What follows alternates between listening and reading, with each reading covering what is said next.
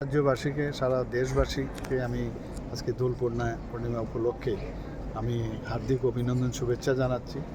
এবং এটা আমাদের পরম্পরা, অনেক বছরের পর বছর সেটা চলে আসছে। আমরা সবাই একসাথে আমরা থাকতে চাই, একটা আনন্দের মধ্যে থাকতে চাই, আনন্দমুখর একটা পরিবেশ আমাদের মধ্যে থাকুক এবং সেটা যেন সবসময় বিরাজ থাকে, সেই জিনিসটা আমরা লক্ষ্য রাখতে হবে।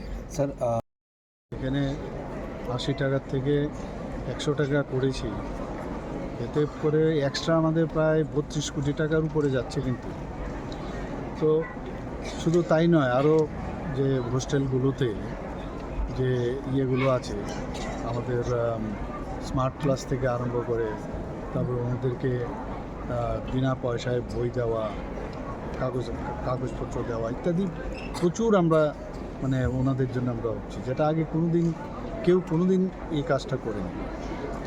তো আমরা চাই যে জনজাতি যারা ছেলে মেয়েরা আছেন, কারণ তারা হচ্ছে ভবিষ্যৎ। এতদিন ধরে জনজাতিদের নিয়ে অনেক খেলা হয়েছে। সত্যিকারের অর্থে মাননীয় প্রধানমন্ত্রী যে আসার পর আপনারা দেখেন একের পরে জনজাতিদের উন্নয়নের জন্য, জনজাতিদের আপলিফমেন্টের জন্য, ওদের সামাজিকভাবে তাদেরকে প্রতিষ্ঠিত করার জন্য একের পর এক উনি কাজ করেছেন। তো সেই দিশায় আমরাও এখন সব জায়গায়, আমরা ত্রিপুরাতে আমরা চাই যে ত্রিপুরার যারা জনজাতিরা আছেন, যাদেরকে নিয়ে এতদিন ধরে অনেকে ভুল বোঝাচ্ছিলেন, তারা কিন্তু এখন বুঝতে পারছে। তো আমরা সেই কাজটা এখন করছি এবং আরও আগামী দিন আমাদের যে এই ট্রাইবাল ওয়েলফেয়ার ডিপার্টমেন্টের মাননীয় মন্ত্রী শ্রী বিকাশ দেববর্মা আছেন এবং ওনার টিম পুরো কাজ করছেন। আমি বলেছি যে যেখানে যা সমস্যা হবে বিভিন্ন হোস্টেল আমরা করছি, মেয়েদের জন্য হোস্টেল করছি, ছেলেদের জন্য হোস্টেল করছি। অলরেডি পড়াশোনার জন্য আমরা যে একলব্য মডেল রেসিডেন্সিয়াল স্কুল করেছি, 21টার মতো অলরেডি অনুমোদন হয়েছে, 12টা চালু রয়েছে, 6টা এর মধ্যেই হবে, বাকিগুলো হবে।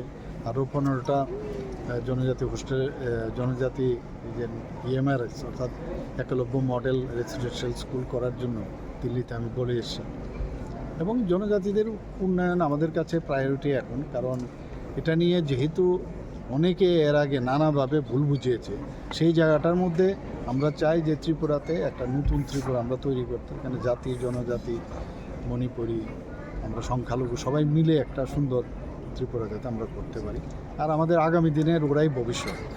এখন থেকে যদি ওদের, এবং এখানে বিভিন্ন যে এনজিওগুলো আছে ওনারা কিন্তু ভালো কাজ করছে, সরকার তো করছেই, এখানে এডিসি তো এই ধরনের হোস্টেল আছে, আবার গভর্নমেন্টেরও হোস্টেল আছে। তো সব মিলিয়ে যেভাবে ওখানে হোস্টেলে তাদেরকে যেভাবে ফাইন্যান্সিয়াল হেল্প করা, এর অর্থ এই না যে ফাইন্যান্সিয়াল হেল্প করলাম তাতেই আমরা খুশি থাকব।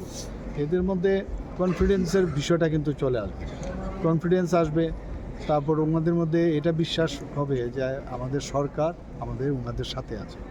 This is very important that we are doing. Sir, কালকে সেই যুদ্ধ নিয়ে রাজ্যের কিছু সংখ্যক যানবাহন মালিকেরা একটু প্যানিকের মতো হয়ে গেছে। দেখা গেছে বিভিন্ন পেট্রোল পাম্পে সারা দিন রাত ধরে দীর্ঘ লাইন।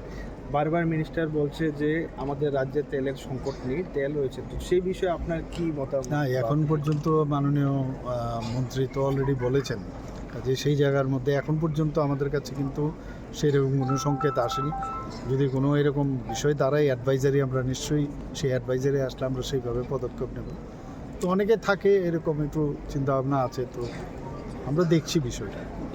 পাশাপাশি যদি আমি স্যার ধরে নিই যে পেট্রোলের সাথে তো আমাদের ধরুন খাদ্যশস্য, যেটা চাল হোক, ডাল হোক, গম, বিভিন্ন সামগ্রী রয়েছে, সেগুলো মানে যাতায়াতের প্রশ্ন। না, এগুলো দেখুন, এগুলো তো মাননীয় প্রধানমন্ত্রীজি, এর জন্যই তো লিডারের দরকার। তো আমাদের কাছে আমাদের গার্জিয়ান হচ্ছে যশস্বী প্রধানমন্ত্রী শ্রী নরেন্দ্র মোদীজি। আপনারা দেখেছেন যে উনি কীভাবে যখন আমাদের কোভিড হয়েছিল, কোভিডের সময়ও কীভাবে দেশকে সামলিয়েছেন। তো এটাও যদি এরকম হয় নিশ্চয়ই সেটাকে সামলাবে। স্যার, যারা প্যানিকে ভুগছে না ওদের ঠিক আছে, প্যানিকের তো প্যানিক এখন আমি কি করে বলবো যে তোমরা প্যানিক করবে না?